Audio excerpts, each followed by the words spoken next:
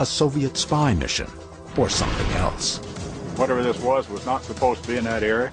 For the first time on television, the team brings the key eyewitness forward to analyze declassified audio recordings. We have an object now, over the field. Which reveal there's another side to this bizarre story. You're UFO officer? Yes, sir. Right there. That's fascinating. They're calling for the UFO officer. Why was there a UFO officer at Edwards Air Force Base? And why did he scramble a jet to intercept these objects? Target on your right, one on your left. He's climbing. Will these tapes and the official radar images from that night finally provide the answer? This is case number 65102, Code Red.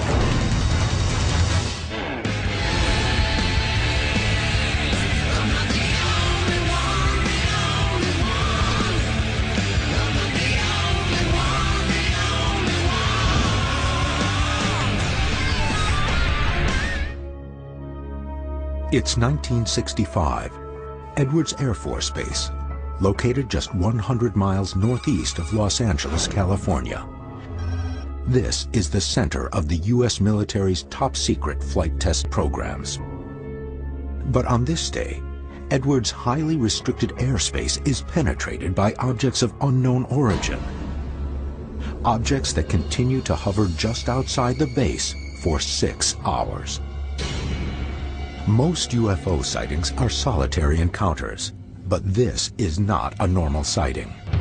9 different locations are a part of this astonishing incident. The Edwards Flight Control Tower, where the first visual contact is reported. Edwards main runway, where the strange object is confirmed visually for a second time. Edwards Radar Approach Control, which reports no aircraft in the area. The Los Angeles Air Defense Sector, which checks its local radar contacts and finds that 4 of their radar installations across Southern California have confirmed radar hits. Boron, Riverside, Victorville, and San Pedro.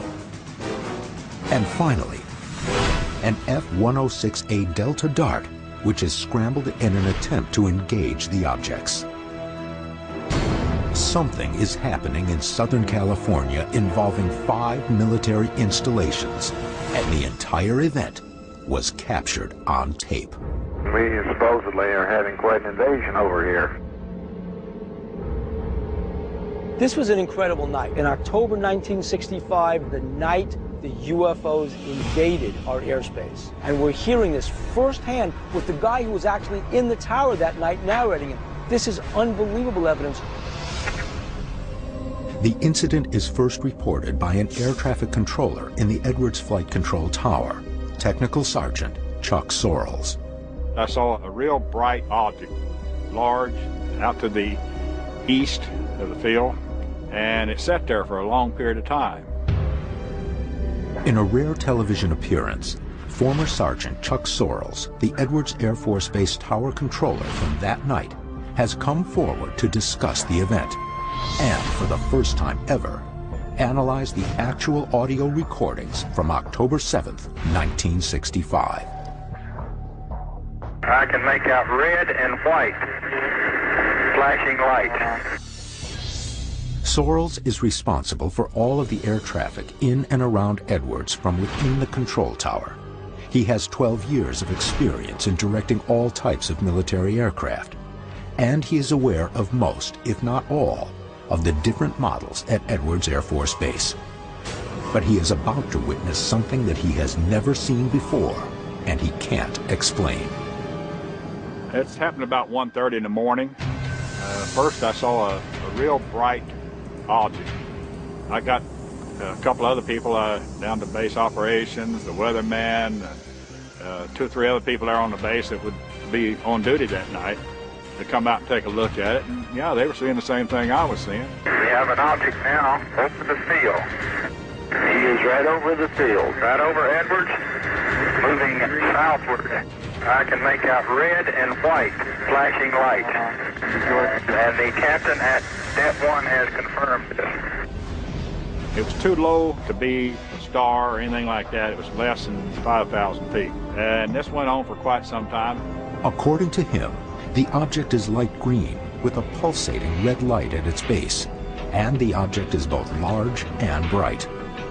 3 more of these objects show up, and they're smaller, about half of the size of the original one.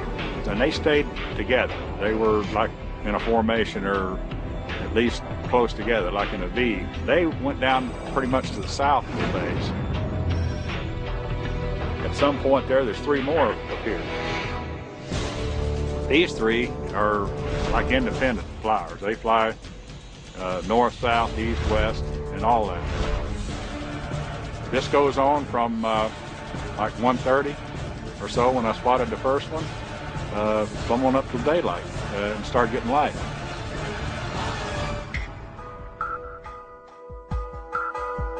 The team from UFO magazine gathers at March Air Force Base, approximately 90 miles south of the original sighting and the site of radar contact with the objects in 1965, to meet with Sorrells.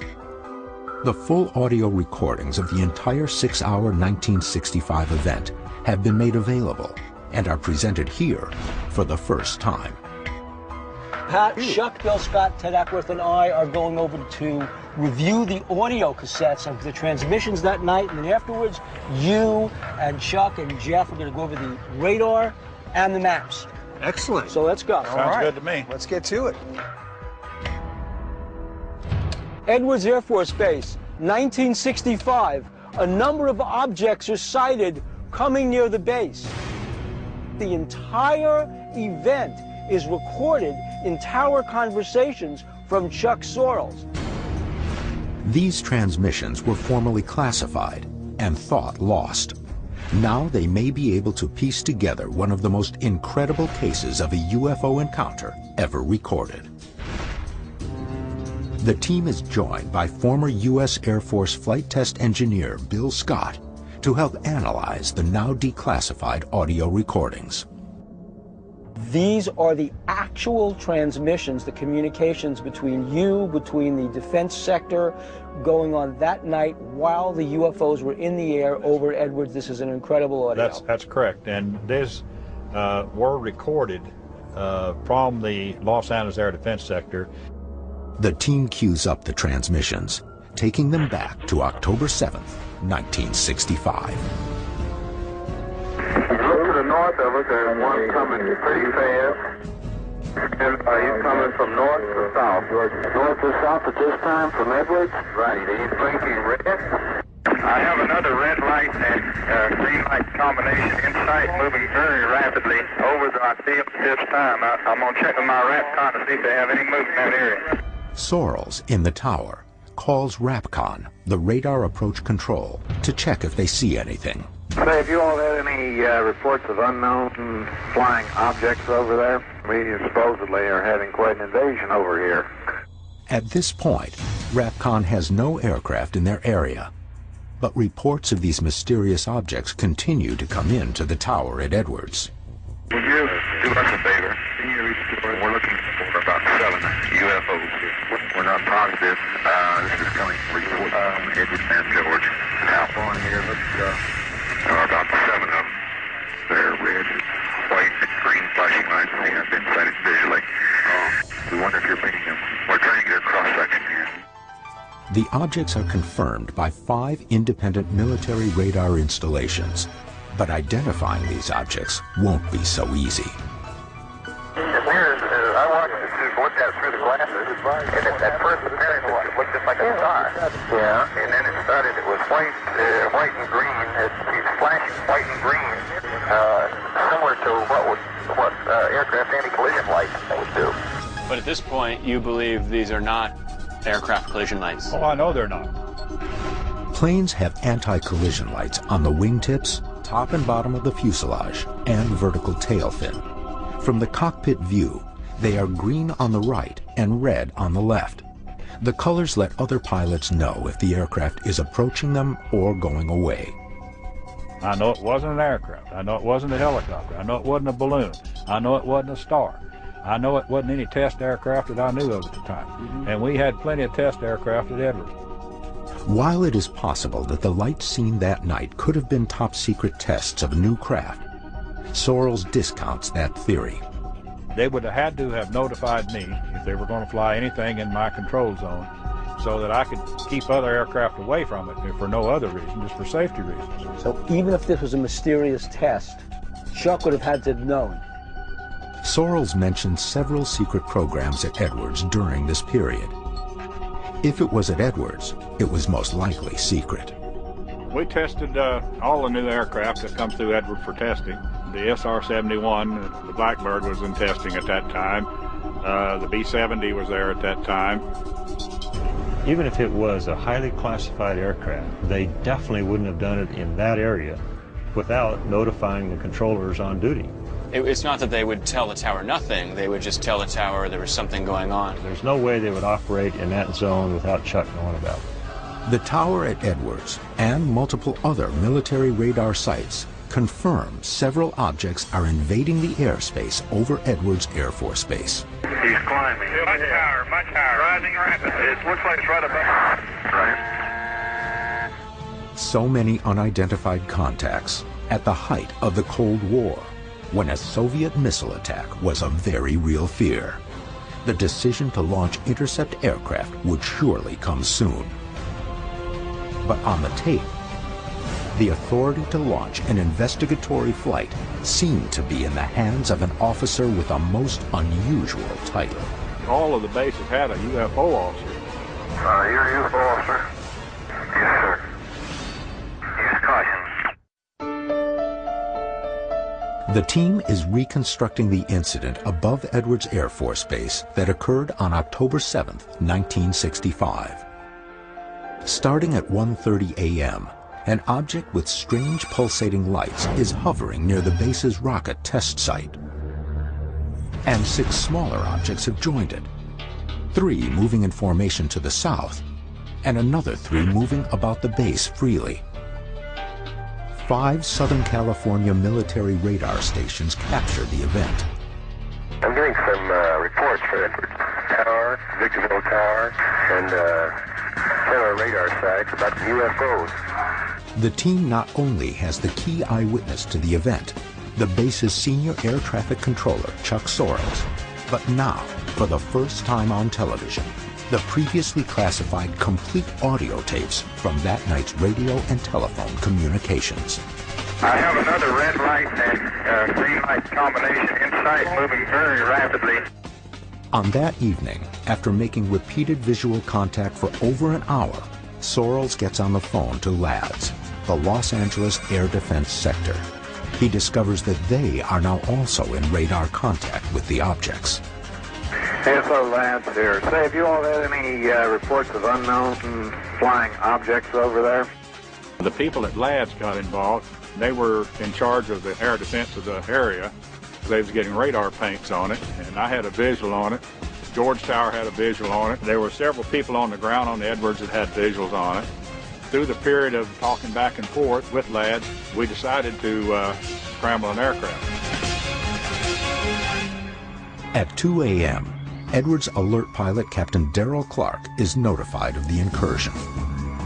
He goes outside next to runway aircraft with a radio and binoculars to get a clear view. He makes visual contact. This is his voice when he gets on the radio and reports what he is seeing. I got a good look at it with the binoculars. It looks like a fairly low altitude. 2 trained military men, one an air traffic controller, the other an experienced pilot. Both believe these are not typical aircraft. But these descriptions aren't enough for the people at LADS to take the next step. They will need to speak with a very specific officer to determine if they should launch an aircraft to intercept the objects. The lieutenant is the UFO responsible officer in bed.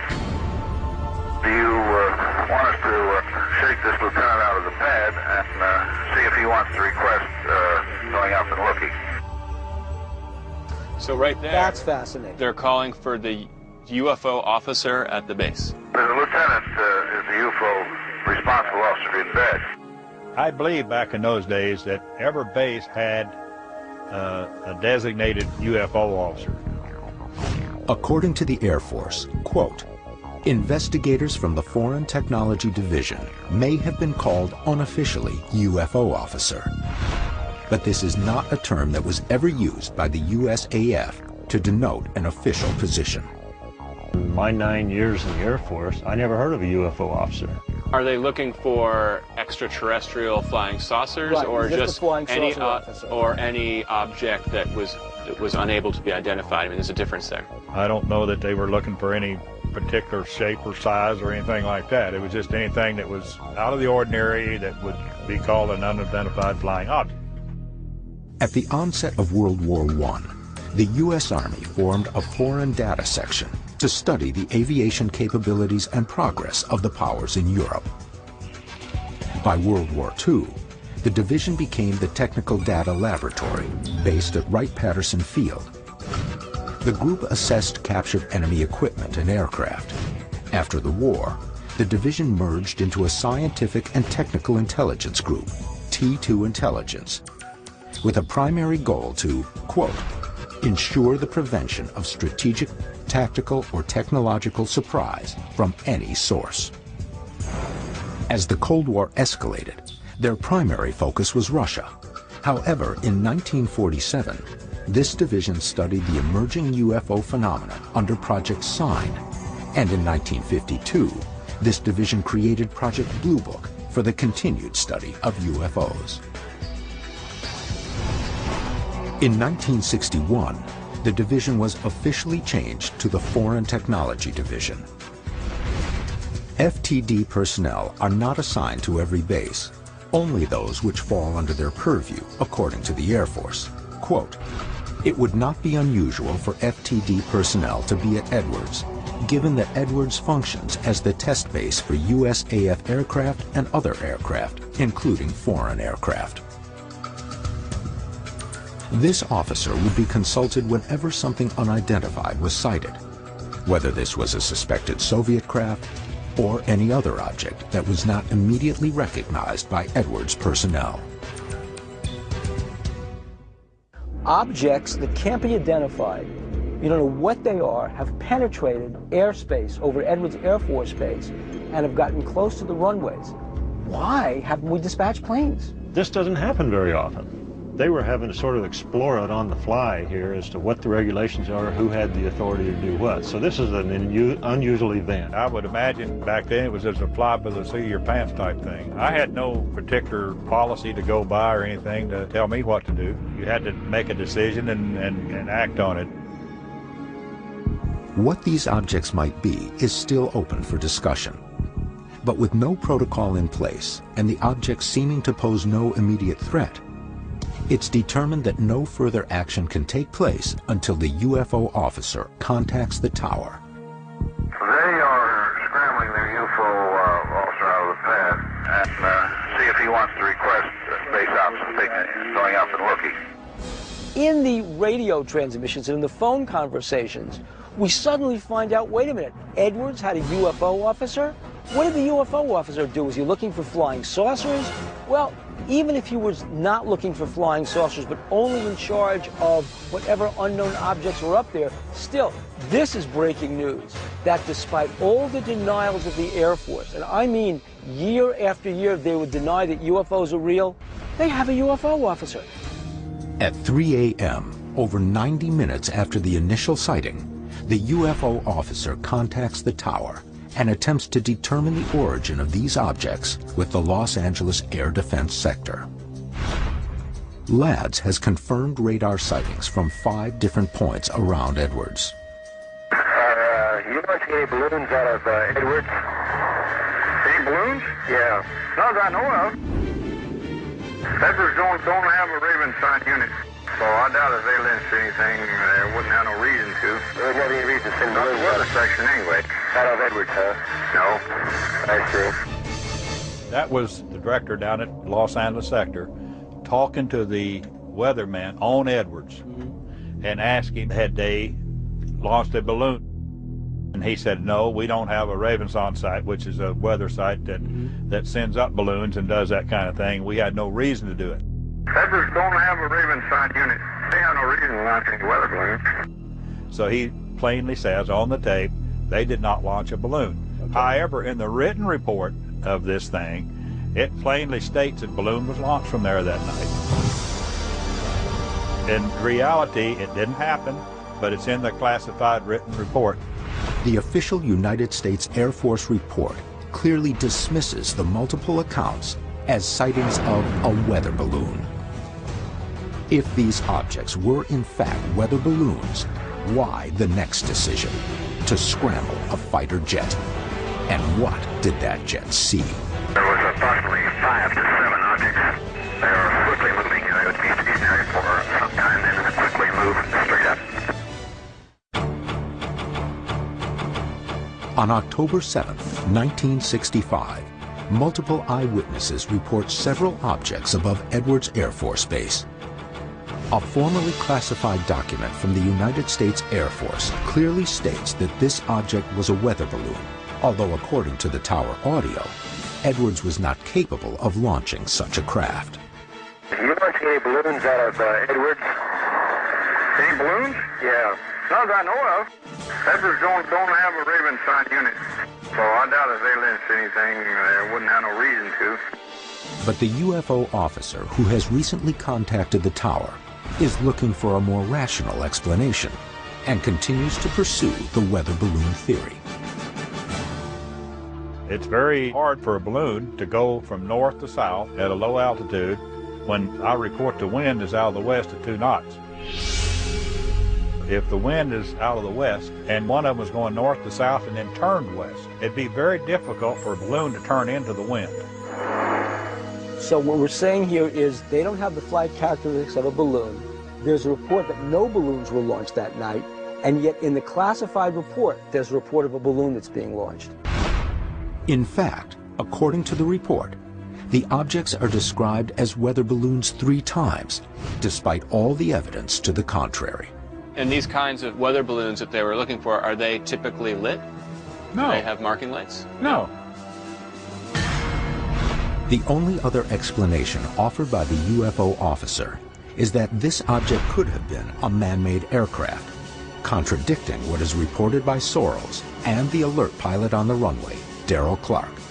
Sorrells makes his opinion known. The EFOB officer saw this. He thinks it's an airplane. I do not. The UFO officer said it looked like an airplane to him. He is not a trained pilot. He is not a trained anything other than he was a UFO officer assigned to. I don't know what his normal duty was. But here you got an air traffic controller that says it's not an airplane. You got an alert pilot standing on the ground that says it's not an airplane. But the UFO officer thinks it's an airplane. Now, Bill, do you think that part of the UFO's officer's job is to say things are airplanes? Remember, the Air Force was in the UFO business, the flying saucer business, in 1965. They didn't get at it until 1969. So do you think part of that person's job was to discount these things and not pass along stuff to Blue Book? I think that's speculation, Bill. I'm with Chuck that the guy was not trained. He had probably no aviation-related duties whatsoever. And all he knew about airplanes was that they had a red light, a green light, and a white light. And he said, looks like an airplane to me. There was no conspiracy, it was just flat inexperience, and he didn't know what he was talking about. Whether the object is an airplane or something else, the consensus in 1965 is that they need to get a closer look at whatever is hovering in restricted airspace. But the only live planes at Edwards are armed with nuclear weapons, which require high-level authorization to launch. These alert birds are specifically designated to protect the U.S. from an incoming attack. They are armed with nuclear weapons in the event that an immediate strike or counterstrike is necessary. To launch one of these nuclear-armed F-106s over U.S. airspace is far too risky without knowing anything further about these objects. We can't use one of your alert birds, but do you have another 106? Oh, that's all we have. That's all you have. That's all we have is the suppose by this time it's getting on toward 4 o'clock in the morning. I imagine that it's been going on for 2.5, 3 hours by this time. But because the time the bird got up and got in position and tried to make a run on it, the things had risen in altitude, they had moved in their position, they weren't near as visible as they once were. Do you think that somebody was holding it back, or do you think this was normal procedure? Oh, this would be normal procedure because they didn't have a bird that was not armed, and they didn't have a pilot to fly it. We had one on greater than 1 hour, but I believe that's just because we don't have a pilot here for it. We'd have to have an authentication on the scramble with the weapon aboard. They couldn't take the alert guy in case he had to go with the alert bird. So they had to get an additional pilot that wasn't even on duty at the time. They had to go rack somebody out of the bed to get him down there to fly the airplane. Listen, this bird is taking off. Is that a hot bird? No, he's not loading. When the go-ahead to launch a plane to intercept is finally given, the turnaround time is significant, as it is after 3 a.m., and the pilot and ground crew have to be awoken to get the bird in the air. They were geared to look out, to look for Russian airplanes coming in from the water, basically. This is inside our own airspace, so procedures really aren't laid out there. As the bird gets up into the air, both Lads and Sorrells guide the pilot to get closer to the objects. But there's a problem. By this time, they have started to move away from the base. He went up to take a look at it, and they run radar intercept on it, and they were having a hard time getting him, in the area. At one point, I was directing the aircraft. I would line him up with the runway, give him a heading. Have him come right down the runway. Operator 01, starboard 040. At one point, they run him through as high as 40,000 feet. And I was talking to the director, and he was asking me, how's he doing? I said, well, he's closing on it. 01, you should hold at one flip now. Target on your right, one on your left. And as he got closer, I said, he's low. Tower, how's things look now? He's low. Look, search high, search high. And the thing is rising very fast. That thing is rising. Well, he's at 40,000 feet. I said, I don't care, he's still low. He's way low. Way low. We're at 40,000 feet. Still low. But as the pilot gets closer, the objects get further and further away until they finally disappear, out of visual contact and out of radar contact. He has moved now to approximately 145 degrees, estimated 40 miles, and very, very high now. It is almost invisible now. What is your estimate of this? I think it was an unusual incident for all professionals involved. The only unprofessional I heard in there was a UFO officer. He's the only one that thought it was an airplane. The declassified tapes are just the beginning. The alert pilot, Captain Clark, who never spoke of this incident beyond that night and could never know it would be investigated in the future, would eventually write a letter to his wife elaborating on what he saw that night in October. Captain Clark? Yes. What do you think of it? Well, I'll tell you, when I first saw the thing, it was approaching the base from the north. All I could see was the pulsating, not rotating, light. I got a good look at it with binoculars. It seems to be pushing a little cloud in front of it. The team has just heard declassified recordings of an incident above Edwards Air Force Base on October 7th, 1965. This is the tower in Edwards. We have an object now moving southward. Chuck Sorrells, the senior air traffic controller at the base that evening, has shed new light on the strange objects that were found hovering for almost 6 hours in restricted airspace. But Sorrells and the recordings are not the only sources for the story behind what the Air Force refers to as the incident. Captain Darrell Clark was the alert pilot at Edwards Air Force Base that evening. It looked like a fairly low altitude, probably 10,000 feet. His voice is on the audio tapes. It turned a little bit more westerly and gained a tremendous amount of altitude. After decades of silence, Clark feels compelled to document his experience from that fateful night in a letter to his wife. The important thing about this letter is that Captain Darrell Clark was the senior ranking officer on duty, and his account corroborates Chuck Sorrell's account. Both men kept this a secret for as long as they could.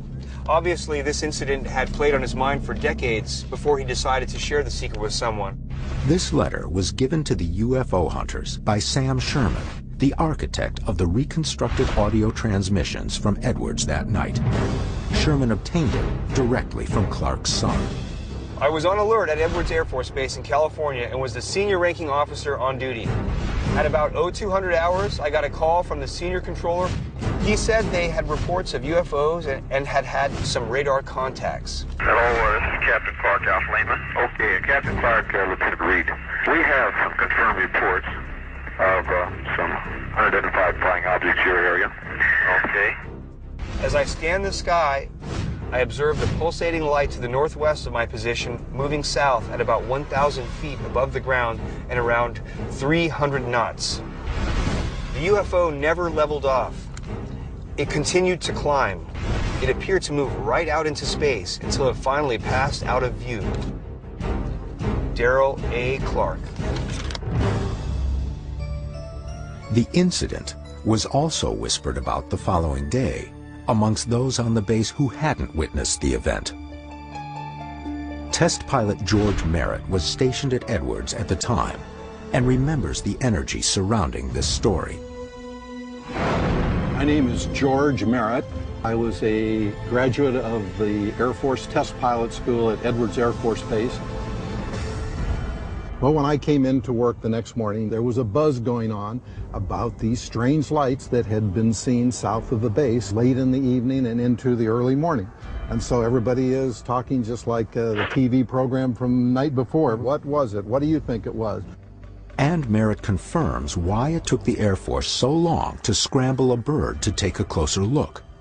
Starting with the president down, they have to determine at that level, Pentagon level, that there is a threat and we want these nuke-armed interceptors to take off, identify, and shoot them down. You take that very, very serious.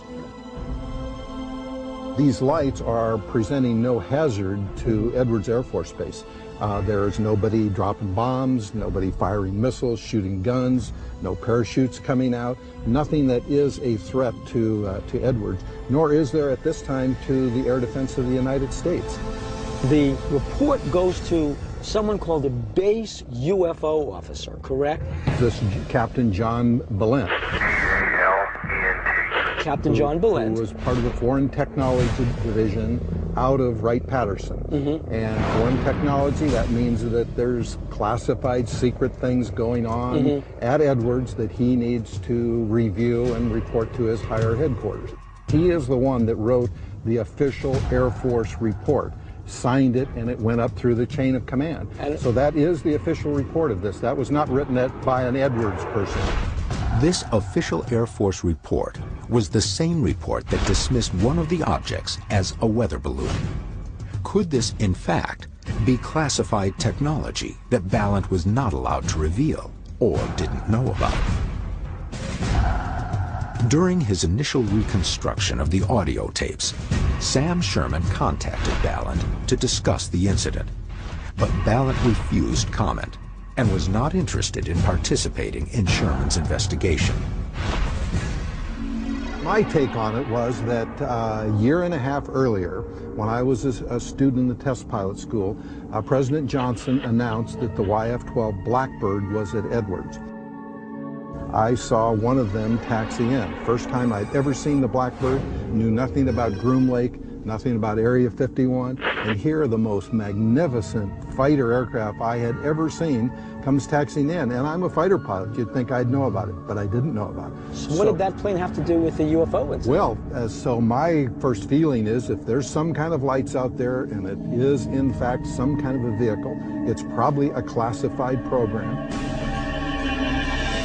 The restricted area, the area where we as test pilots did all of our flight test, was in what's called the Edwards restricted area, the same one that we have right now, 2512. And it starts about 5 or 6 miles south of the runway and runs to the west, runs to the north, and runs to the east. So the testing area for our aircraft were all north of the Edwards area, Edwards base. According to Merritt, the flight path of all classified technology at Edwards would take place in a specific area north of the base. But this does not match the reported locations and flight paths of the UFOs.